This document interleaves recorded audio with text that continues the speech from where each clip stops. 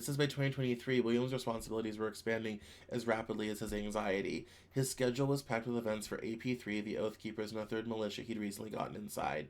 He vowed to infiltrate the Proud Boys and got Coates to vouch for him with the local chapter.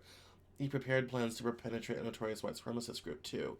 His adversaries were gaining momentum as well. Williams soon made the 4-hour drive to Kinshaw's house for another leadership meeting, and he was told on tape about a National Oath Keepers recruiting bump. They'd also found contact information for 40,000 former members, which they'd hoped to bring a flood of militiamen back into the fold. Despite the risk to his own safety and progress, Williams decided to send the journalist anonymous warnings from burner accounts. He attached sensitive screenshots so that they'd take him seriously.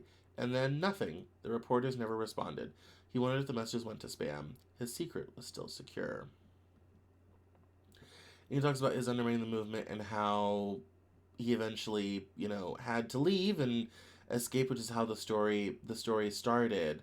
And it gets into the 2024 election, how these groups obviously, were on the side of Trump and all this type of thing. Um, it says here that he'd revealed he'd infiltrated the group as an independent activist and had sent me the files. He wanted to test how the militia would respond to news of a mole. The result was something he long had hoped for, a wave of paranoia inside AP3. It's a fucking risky thing to get involved in, said the group's founder said in a private message. Trust nobody. There's turncoats everywhere.